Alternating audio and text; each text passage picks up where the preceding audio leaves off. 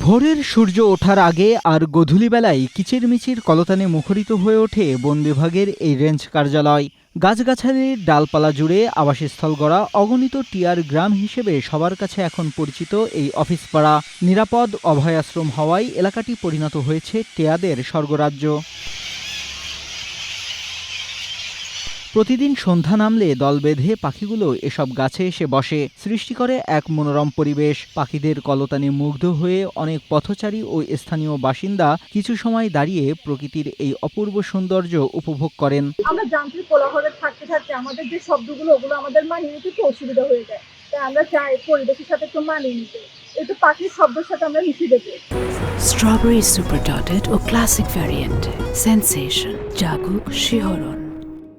খাগড়াছড়ি সদর রেঞ্জের পাশ দিয়ে হাঁটলে টিয়া পাখি বা অন্যান্য পাখির কোলাহল শোনা যায়। সকাল সন্ধ্যায় যে পাখিদের ঝাঁক, এটা আমি ওই সাউন্ড গুলা দিয়ে কলকাকলি আমাদের অনেক ভালো লাগে। যান্ত্রিক নগর জীবনের কোলাহলে যখন পরিবেশ ও প্রকৃতির ভারসাম্য দিন দিন হুমকির মুখে, তখন খাগড়াছড়ি বন বিভাগের সদর রেঞ্জ কার্যালয় চত্বরে দেখা মেলে মনোমুগ্ধকর এই প্রাকৃতিক দৃশ্যের। পাখিগুলোর নিরাপদ বিচরণ নিশ্চিত করতে বন বিভাগের সদস্যরা নিয়মিত নজরদারি করছেন, যাতে কেউ পাখিদের বিরক্ত বা শিকার করতে না পারে। এই পাখিগুলো এখানে ওরা নিরাপত্তা বোধ মনে করে, আর আমরাও এলাকার লোকজনও যথেষ্ট সচেতন করছি এবং কোনো লোকজন আমরা এখানে বা পাখিকে বিরক্ত করা বা গুলোইন মারা বা শিকার করা এগুলো আমরা করতে দেই না। পাখিদের নিরাপদ আবাসস্থল রক্ষা ও জীববৈচিত্র্য সংরক্ষণে প্রয়োজনীয় পদক্ষেপ গ্রহণের কথা জানান খাগড়াছড়ি বিভাগীয় বন কর্মকর্তা। আমরা কিন্তু আমাদের খাগড়াছড়ি জেলার প্রতিটা রেঞ্জে আমরা একটি করে টহল টিম গঠন করেছি।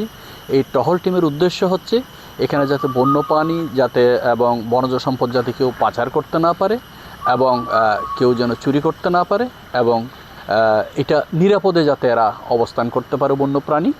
প্রকৃতির সঙ্গে মানুষের সহাবস্থানের এক উজ্জ্বল উদাহরণ হয়ে উঠেছে বন বিভাগের এই রেঞ্জ কার্যালয় এলাকাটি। টিয়া পাখির কোলাহলে মুখরিত এই পরিবেশ জীববৈচিত্র্য সংরক্ষণের গুরুত্ব নতুন করে স্মরণ করিয়ে দিচ্ছে খাগড়াছড়িতে।